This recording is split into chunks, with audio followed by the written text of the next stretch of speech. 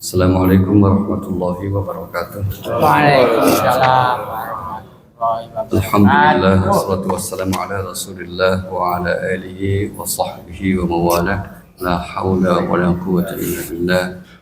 Allahumma faqihna fid din wa 'allimna ta'wil amma ba'd. Bapak Ibu sekalian, jemaah salat subuh Masjid Raya Villa Inti Persada rahimakumullah. Mari kita mengawali kaji kita pagi ini dengan bersama-sama melafadzkan basmalah. Bismillahirrahmanirrahim. Kita masih melanjutkan untuk mengkaji di antara karya dari seorang ulama yang bernama Syekh Abdul Salam Al-Syita dalam kitab As-Sirajul Munir fi Maqamati Sayyidil Mursalin. Dan sekarang sampai di halaman yang ke-42 masih seputar tentang min akhlaqi Rasulullah sallallahu alaihi wasallam, di antara contoh-contoh dari akhlak baginda Nabi kita Muhammad sallallahu alaihi wasallam. Nah, apa itu?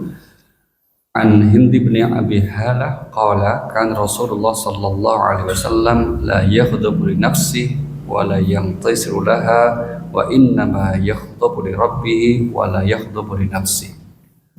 Jadi Rasulullah sallallahu alaihi wasallam itu tidak pernah marah kalau untuk urusan individu pribadi. Jadi kalau beliau disinggung masalah pribadi, masalah yang sifatnya ya pribadi beliau, itu beliau tidak marah dan tidak membela diri. Jarno hai, biar aja. Tapi kalau itu urusan Allah, nah beliau itu hanya marah kalau itu berkaitan dengan syariat Allah Subhanahu wa Ta'ala. Ya, kalau ada syariat yang dilanggar dengan sengaja atau dihina atau dilecehkan, Nabi marah. Tapi kalau beliau disebut misalnya tukang sihir, gila, apalagi itu Pak, yang disebut Nabi itu di Al-Quran itu kan Nabi dikatai macam-macam itu, Nabi nggak marah itu, nggak apa-apa. Kasih. Tapi kalau urusan agama, beliau marah. Nah, ini hal yang saya kira mungkin penting untuk kita pelajari gimana supaya kita ini nggak gampang marah, nggak gampang ngegas. Ya, kalau kita mungkin dalam hidup ini sering ada orang tidak suka sama kita, tapi apa? Bisa untuk menahan amarah, sabar. Nah, gitu ya Pak. Ada Pak sabar? Tidak ada ya Pak. Salah satu pujian Al-Quran, cara Al-Quran mendorong agar kita menjadi orang sabar itu gimana? Di antaranya adalah memuji orang yang sabar, sanggup menahan amarah, itu sebagai salah satu indikator orang yang bertakwa. Kalau kita lihat firman Allah misalnya di surah Ali Imran, surah yang ketiga, ayat yang ke-134, Allah memuji di sini di antara ciri orang bertakwa, alladzina yunfiquna fis sarra'i wad dharra wal kadhiminal ghaidha, yaitu orang-orang yang selalu berinfak baik di waktu lapang maupun sempit, orang-orang yang mengendalikan kemurkaannya, dan orang-orang yang memaafkan kesalahan orang lain. Iya. Allah mencintai orang-orang yang berbuat kebaikan. Yang pertama, orang yang sanggup mengendalikan kemurkaan. Nah, ini terjemahannya, mengendalikan amarahnya. Ketika dia disinggung, ketika dia dijelekkan, itu tidak membalas dengan kemarahan yang sama. Nah, itu menjadi ciri orang yang bertakwa. Yang pertama ya. Dan kami yakin Bapak Ibu sekalian para jamaah termasuk orang yang sabar. Kau enggak amin ya Pak? Amin ya Rabbal alamin. Karena apa? Ganjarannya besar sekali, yaitu akan dicatat sebagai ciri orang yang bertakwa. Bertakwa, jangan bertakwa ya Pak Yamin, bertakwa. Kalau takwa itu artinya takut istri tua. Tuh, beda. Beda bertakwa. Ini yang pertama. Nah, tapi kalau kemudian itu berkaitan dengan hak-hak Allah, syariat Allah, harus kita menunjukkan sikap kita. Kalau perlu ya kemarahan, menunjukkan ketegasan. Rasulullah Shallallahu Alaihi Wasallam itu kalau kita bandingkan misalnya, itu pun juga nanti berkaitan dengan ini orang udah tahu atau belum. Contohnya sama-sama melanggar syariat Pak, tapi kalau itu orang itu belum tahu, Nabi nggak marah juga.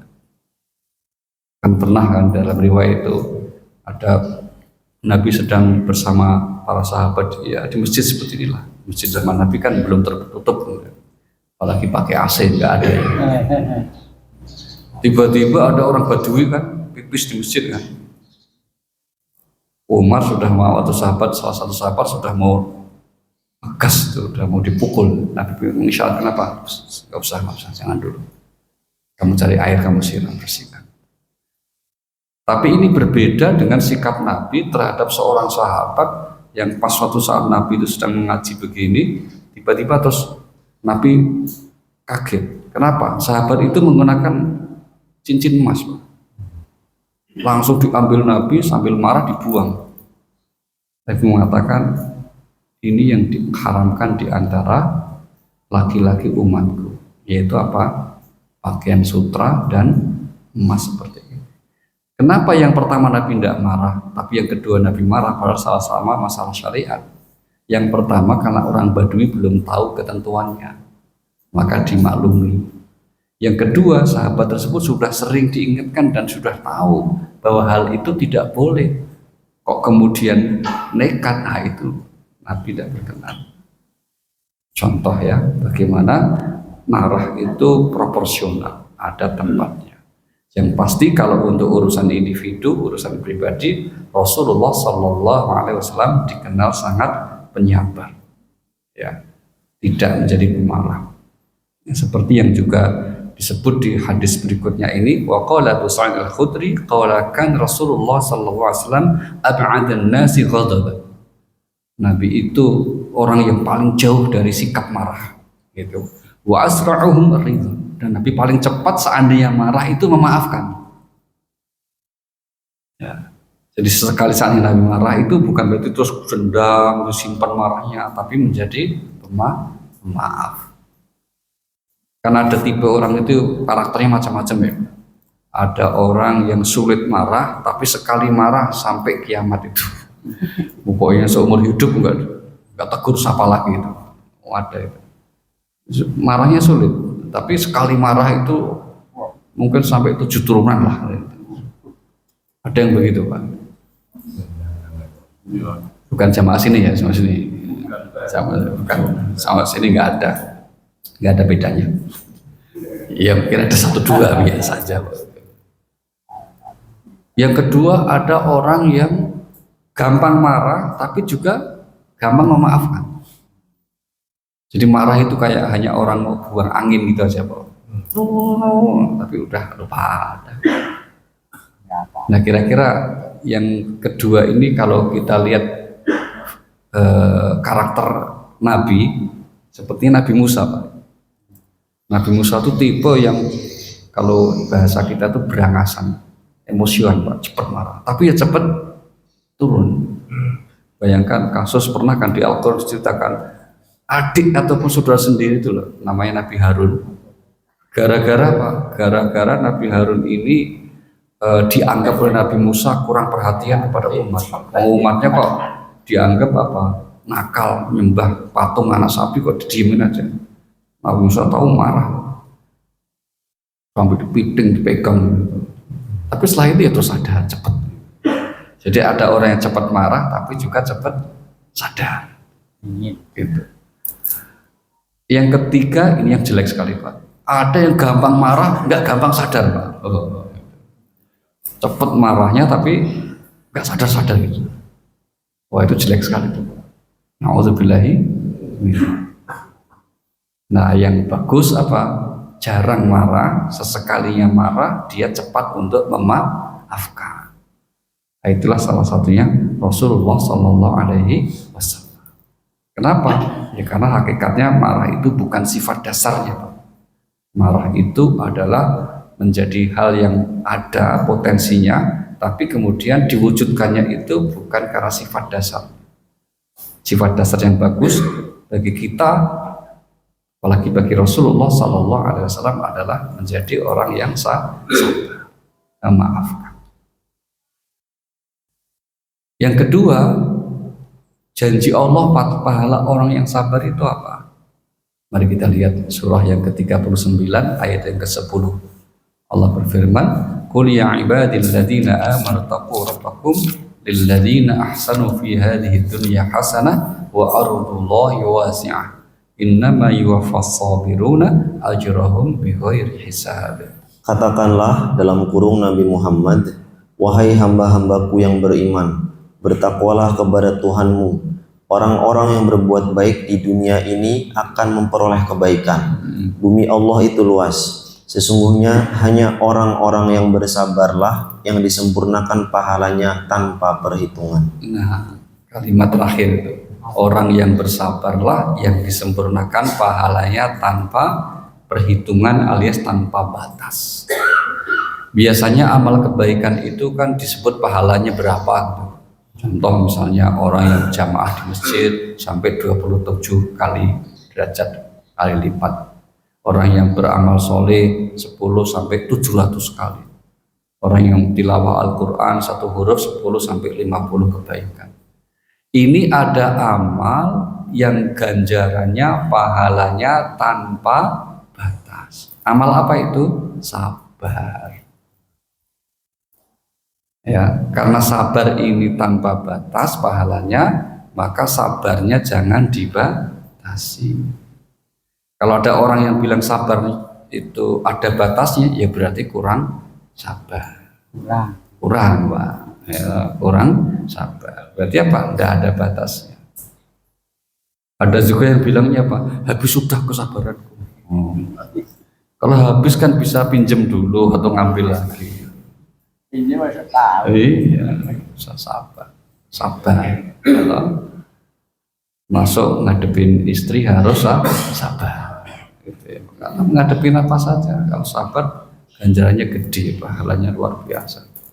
Orang yang bersabar diberikan pahala tanpa batas. Gitu. Amin. Maka penting untuk selalu mengingat hal itu. Karena salah satu cara Al-Quran memotivasi orang itu sabar apa? Itu dengan menyadari keutamaan-keutamaannya. Rasulullah Sallallahu Alaihi Wasallam mencontohkan bagaimana seharusnya kita bersifat sabar. Berikutnya, orang itu kalau sabar, apa janji Allah? Pasti akan mendapat pertolongan dari Allah. Mendapat apa? Pertolongan. Kita lihat firman Allah di surah yang kedua ayat 153, ya ayyuhalladzina amanu ista'inu bis-sabri was-salah innallaha ma'as sabirin. Wahai orang-orang yang beriman, mohonlah pertolongan kepada Allah dengan sabar dan salat. Sesungguhnya Allah beserta orang-orang yang sabar. Ini ayatnya menarik ya Pak. Wahai orang-orang yang beriman, mohonlah pertolongan kepada Allah dengan sabar. Yang kedua apa? Salat. Kalau terjemahan yang dulu sebelum dikoreksi bunyinya begini: wahai orang-orang yang beriman, jadikan sabar dan sholat sebagai penolongmu. Nah, gitu ya. Pernah dengar dulu gitu ya? Jadikan sabar dan sholat sebagai penolongmu. Nah, itu dari struktur bahasa kurang tepat. Makanya kemudian yang tepat ini, mohonlah pertolongan kepada Allah. Syaratnya apa? Satu, sabar. Yang kedua apa? Sholat. Nah, menariknya penutup ayatnya dikatakan apa? Sungguh Allah bersama orang yang sabar. Pertanyaannya, kenapa kok penutup ayatnya begitu, Pak? Harusnya kan begini, mohonlah pertolongan kepada Allah dengan sabar dan sholat. Sungguh Allah bersama orang-orang yang sabar dan sholat. Kan gitu ya, harusnya gitu ya. Tapi ternyata yang disebut apa? Hanya bersama orang yang sabar. Kenapa sholatnya nggak disebut? Jawabannya apa? Ini untuk menunjukkan keutamaan sabar yang akan selalu dibersamai oleh Allah Subhanahu wa Ta'ala. Alasan kedua, kenapa sholat nggak disebut untuk dibersamai? Karena orang yang sedang atau yang sudah sholat, seyogianya selalu merasa bersama Allah. Maka Al-Quran mengingatkan di antara tujuan utama sholat itu apa? Agar kita selalu ingat bahwa kita itu bersama Allah. Kita lihat surah yang ke-20, namanya surah Toha, ayatnya yang ke-14. Allah berfirman, Innani anallah la ilaha illa ana fa'buduni wa aqimis salata lidzikri. Sesungguhnya aku adalah Allah, tidak ada Tuhan selain aku. Maka sembahlah aku dan tegakkanlah salat untuk mengingatku. Nah, kerjakanlah salat untuk mengingatku. Ya, jadi Allah nyuruh kita sholat itu agar kita selalu mengingat Allah.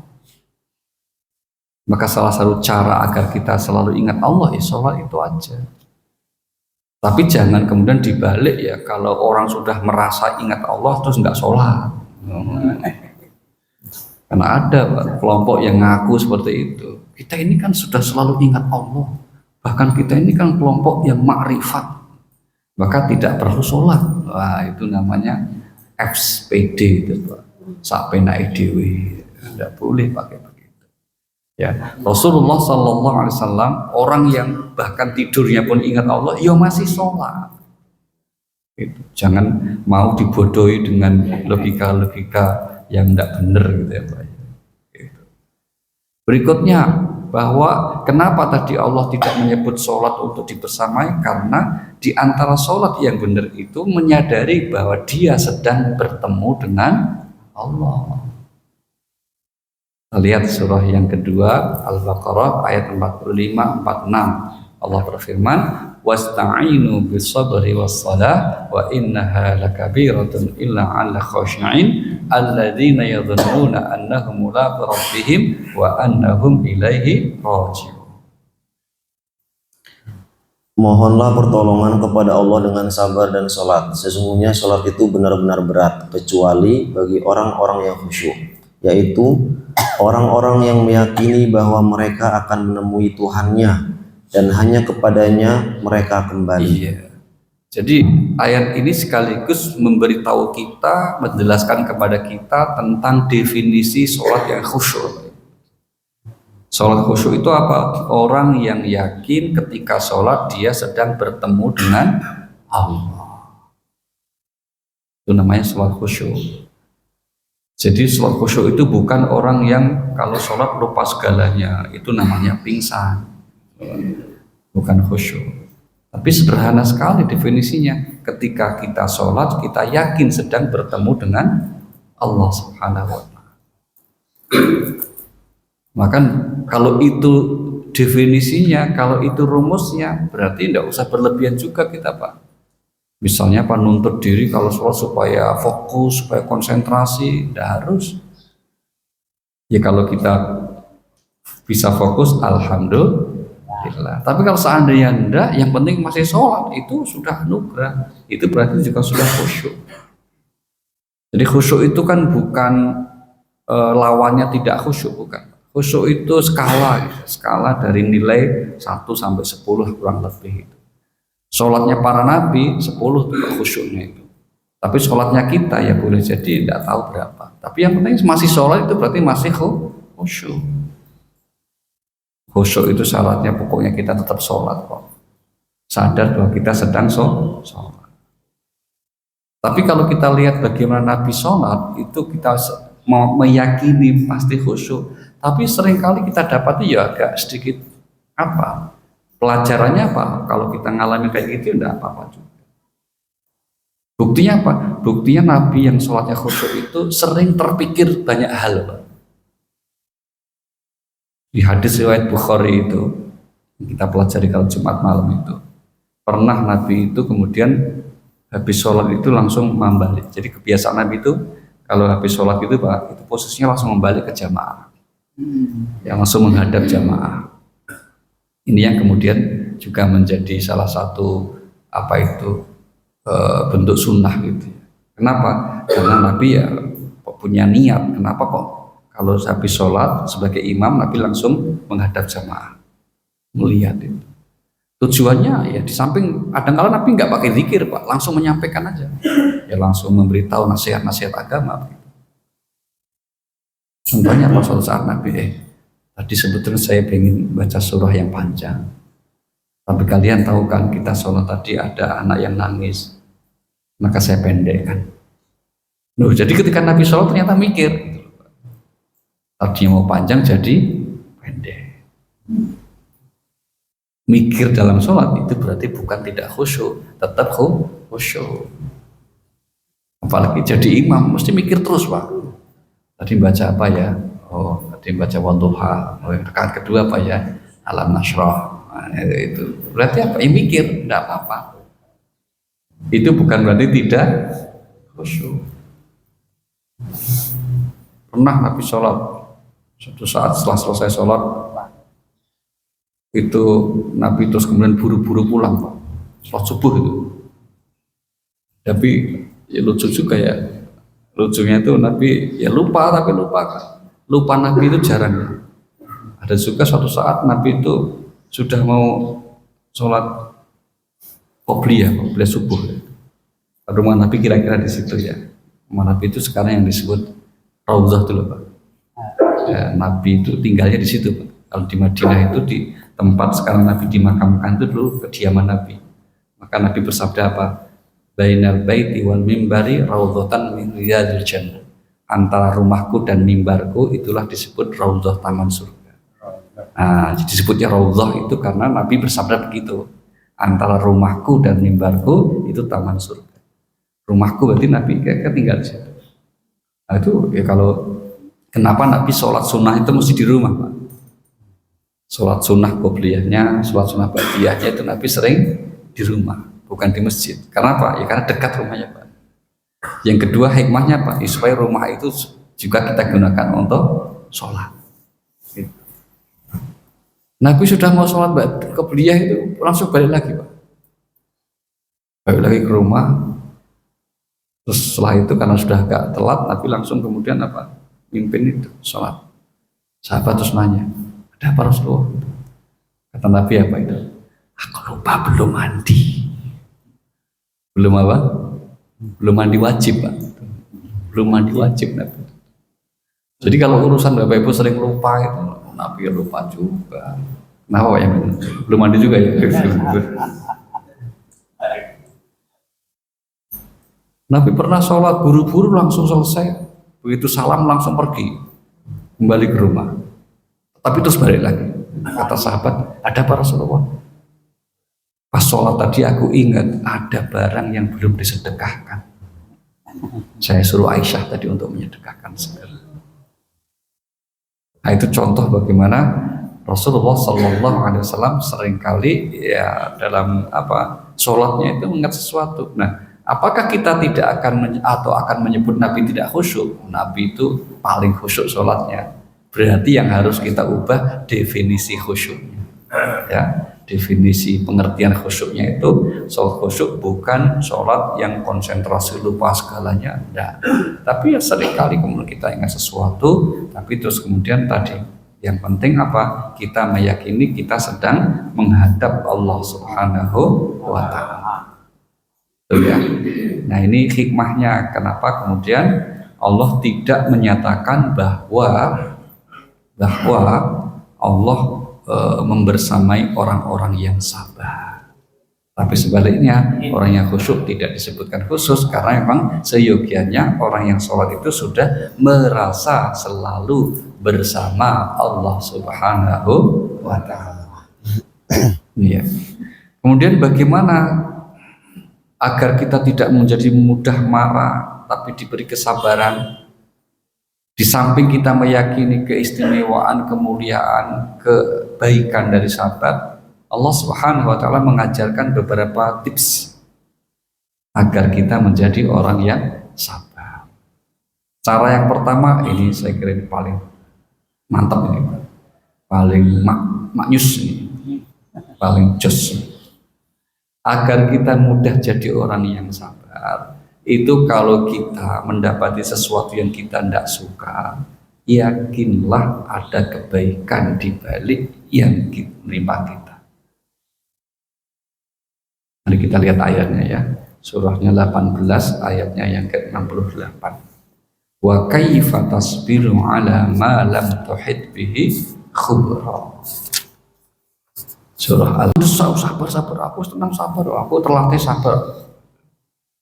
Apa kata Khidir? Bagaimana mungkin kamu sabar sedangkan kamu nggak paham apa yang terjadi menimpa kamu itu nantinya? Maka dari ungkapan ayat itu kita dapatkan pelajaran apa? Kalau ingin sabar, yakinlah di balik apapun yang menimpa kita itu ada kebaikan dari sisi Allah Subhanahu wa taala. Nabi Musa nggak bisa sabar faktanya, karena belum tahu apa yang terjadi di balik peristiwa yang menimpanya. Berbeda Khidir, dia sudah dikasih tahu oleh Allah, maka akhirnya sabar. Nah, maka pelajaran pentingnya apapun yang menimpa kita, Bapak Ibu, kita harus tetap wajib husnuzan. Wajib apa? Husnuzan, berprasangka baik. Kenapa kita harus berprasangka baik? Karena apapun yang menimpa kita itu hanya mungkin menimpa kalau Allah izinkan, dan kalau Allah izinkan itu pasti ada kebaikannya. Rumusnya kan begitu. Coba lihat ayatnya, surah yang ke-64 ayat 11. Allah berfirman, ma asaba min musibatin illa biidznillah wa may yu'min billah yahdi qalbah wallahu bikulli syai'in alim. Tidak ada suatu musibah pun yang menimpa seseorang kecuali dengan izin Allah. Siapa yang beriman kepada Allah, niscaya dia akan memberi petunjuk kepada hatinya. Allah Maha mengetahui segala sesuatu. Nah, tidak ada satupun musibah yang menimpa kecuali atas izin Allah. Dan yang percaya bahwa ketika Allah izinkan ada kebaikannya, pasti kami beri hidayah, beri petunjuk ke dalam hatinya.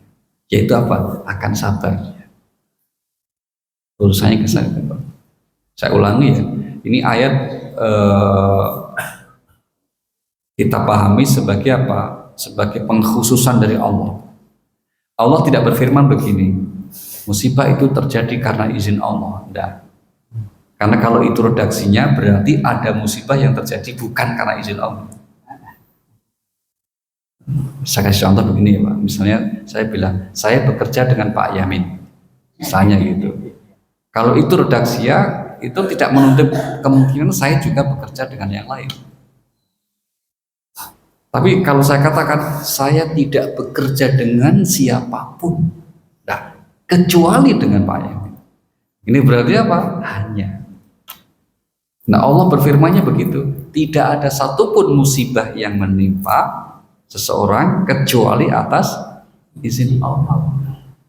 Maka peristiwa apapun yang terjadi dalam hidup seseorang, termasuk diri kita, itu hanya mungkin terjadi kalau Allah izinkan. Dan ketika terjadi Allah izinkan, pasti ada kebaikannya. Itu yang disebut lanjutan ayatnya, wa may yu'min billah yahdi qalbah. Yang percaya bahwa menimpa itu ada kebaikannya, pasti Allah akan memberikan hidayah ke dalam hati. Jadi apa? Jadi orang yang sabar. Ini ya, jadi cara yang pertama agar kita nggak mudah jadi orang yang ngegas, suka marah. Caranya gimana? Caranya meyakini apapun yang terjadi dalam hidup kita itu hanya terjadi kalau Allah izinkan. Dan kalau Allah izinkan pasti ada hikmah kebaikannya. Kenapa demikian? Ya karena Allah tidak mungkin berbuat zalim kepada manusia.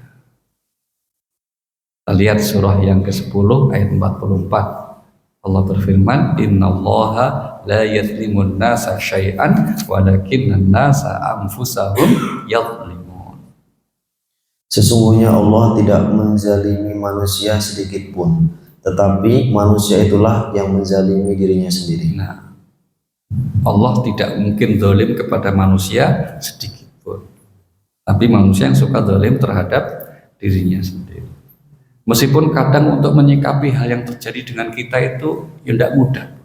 Awalnya berat, tapi kalau kita berprasangka baik pasti sabar akhirnya dan dapat kebaikan juga. Contoh misalnya apa? Kita kan pernah ya Pak ya, ini tangga kita di komplek ini, iki kan pernah itu asramanya kebakaran ya. Betul Pak? Asalnya kebakaran. Datang ke situ sama Pak Rektor, sekarang Pak Menteri Agama datang, waduh bahkan berat juga Pak, kasihan. Tapi nggak lama setelah itu apa? Bangun gedung baru Pak, 5 lantai. Gitu. Jadi kalau nggak kebakaran itu nggak ada yang bantu itu. Jadi begitu kebakaran habis orang langsung aduh. Dan yang kebakaran itu memang gedung sudah tua itu Pak. Asrama DKI nama itu udah tua sekali itu. Dari kebakaran ternyata akhirnya apa? Ada banyak tergerak hati bantu. Kita berusaha hidup sehat, kok malah sakit. Saya kira-kira gitu ya Pak ya. Itu pasti ada hikmah. Saya punya kawan, masya Allah, dokter Pak. Kurang apa lagi? Dokter itu ternyata terindikasi kenapa kok sering pusing. Ada tumor Pak. Setelah ketahuan itu akhirnya orangnya khusyuk sekali. Setiap saat itu ingat gimana kalau mati. Akhirnya kemarin saya temani ke Jogja. Untuk apa? Untuk wakaf masjid. Wah, wakaf masjid itu. Jawabannya apa? Mumpung masih hidup. Jadi ngingetin mati itu kadang-kadang dikasih sakit. Gitu. Jadi macam-macam lah. Pasti ada kebaikannya. Apapun yang menimpa kita. Kemudian agar tidak jadi orang pemarah, Al-Quran juga mengingatkan kita Pak untuk selalu mohon kepada Allah agar kita diberi kesabaran. Salah satu doa yang ini yang juga diajarkan Allah melalui lisan Nabi Musa Pak. Kita lihat surah yang ke-7 ayat 126. Rabbana afrigh alaina sabra wa tawaffana muslimin. Engkau Fir'aun tidak menghukum kami kecuali karena kami beriman kepada ayat-ayat Tuhan kami ketika ayat-ayat itu datang kepada kami. Mereka berdoa, ya Tuhan kami, limpahkanlah kesabaran kepada kami dan matikanlah kami dalam keadaan muslim, dalam kurung berserah diri kepadamu. Ya Tuhan kami, tuangkanlah, limpahkanlah kesabaran ke dalam diri kami. Ya, dan wafatkan kami sebagai seorang muslim. Nah ini juga dalil ya Bapak Ibu. Nabi Musa berdoa wafatkan kami sebagai seorang muslim. Maka Nabi Musa itu ya muslim, bukan Yahudi. Nabi Isa juga muslim, bukan Nasrani. Allah itu tidak pernah menurunkan banyak agama. Yang diturunkan hanya satu, yaitu muslim. Maka jangan sampai seseorang kalau sudah dianugerahi oleh Allah kenikmatan untuk beragama, apalagi muslim, selalu diingatkan wala tamutunna illa wa antum muslim. Jangan mati kecuali sebagai seorang muslim, berserah diri kepada Allah Subhanahu wa taala. Dan itulah inti dakwahnya para nabi semua Pak. Nabi satu-satu. Semua ajarannya sama, rukun Islamnya sama, yang beda rinciannya aja. Syahadatnya juga sama, asyhadu alla ilaha illallah. Mereka sholat juga, cuma cara sholatnya, waktu sholatnya mungkin yang berbeda. Buktinya apa? Nabi Ibrahim berdoa, Rabbi ja'alni muqimas sholati wa min dzurriyyati. Ya Tuhan, jadikan aku dan anak keturunanku orang yang mengerjakan sholat. Nabi Ibrahim itu. Demikian juga zakat selalu digandeng perintah kepada para nabi wa aqimus sholat wa atus zakat. Demikian juga puasa, kutiba alaikumus syiyam kama kutiba alal ladzina min qablikum, diwajibkan atas kamu dan orang sebelum kamu. Apalagi haji, Allah perintahkan pertama kepada Nabi Ibrahim. Wa adzim finnas bil hajj. Serulah manusia untuk melaksanakan haji. Rukun Islamnya semua nabi itu sama. Dan kita beruntung ditakdir Allah, ditetapkan Allah menjadi umat muslim, terutama umat Nabi Muhammad sallallahu alaihi wasallam. Kenapa beruntung? Karena meskipun sama-sama muslim, umat Nabi sebelumnya itu belum bisa masuk surga, Pak. Sebelum umat Nabi Muhammad habis, selesai semua. Jadi meskipun model kita kayak gini itu ya, itu nanti oleh Nabi itu dibersamai betul supaya kita masuk surga. Ya, Nabi nggak ikhlas sebelum kita semua nanti masuk surga. Amin ya Rabbal alamin. Kok kelihatannya mau masuk surga susah ya? Kenapa ya? Luar biasa itu. Kan sering kita sampaikan, Nabi Musa itu sampai kemudian ketika membaca sifat-sifat umat Nabi Muhammad itu minta sama Allah itu, ya Rabb arafil alwa, ya Tuhan saya baca di Taurat sifat umat Muhammad kok kayak gini, topnya banget ya. Langsung doa, ij'alni min ummati Muhammad, tolong jadikan aku sebagai umat Nabi Muhammad. Jawaban Allah apa? Tidak bisa sah. Ya Musa, innistafaitu ka'alan nas. Wahai Musa, tak bisa kamu pengen menjadi umat Muhammad. Kamu kan sudah saya kasih anugerah menjadi orang terbaik di zamanmu, di masamu. Tidak usah minta-minta itu aja syukuri. Nah, itu di surah Al-A'raf ayat 144 itu. Qala ya Musa, innistafaitu ka'alan nasi birisalati wa bikalami. Fakhudh ma ataituka wa kum minasyakirin. Dia berfirman, wahai Musa, sesungguhnya aku memilih dalam kurung melebihkan engkau dari manusia yang lain untuk membawa risalah dan berbicara langsung denganku.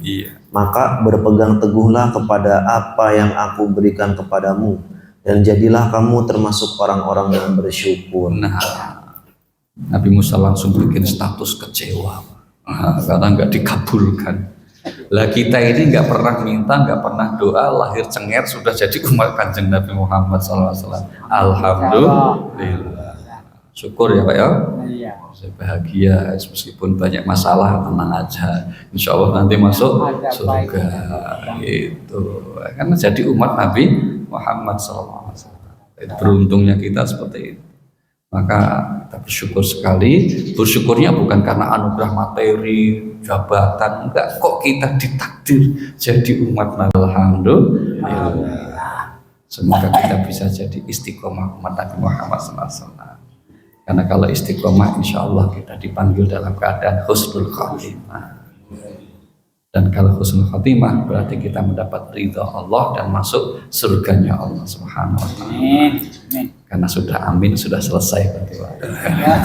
Amin ya Rabbal alamin. Semoga Allah ridha dengan kita semuanya. Al-Fatihah. Bismillahirrahmanirrahim. Alhamdulillah. Iyyaka na'budu wa iyyaka nasta'in. Shiratal ladzina an'amta 'alaihim ghairil maghdubi 'alaihim. Subhanallah bihamdika asyhadu an la ilaha illa anta astaghfiruka wa atubu ilaik.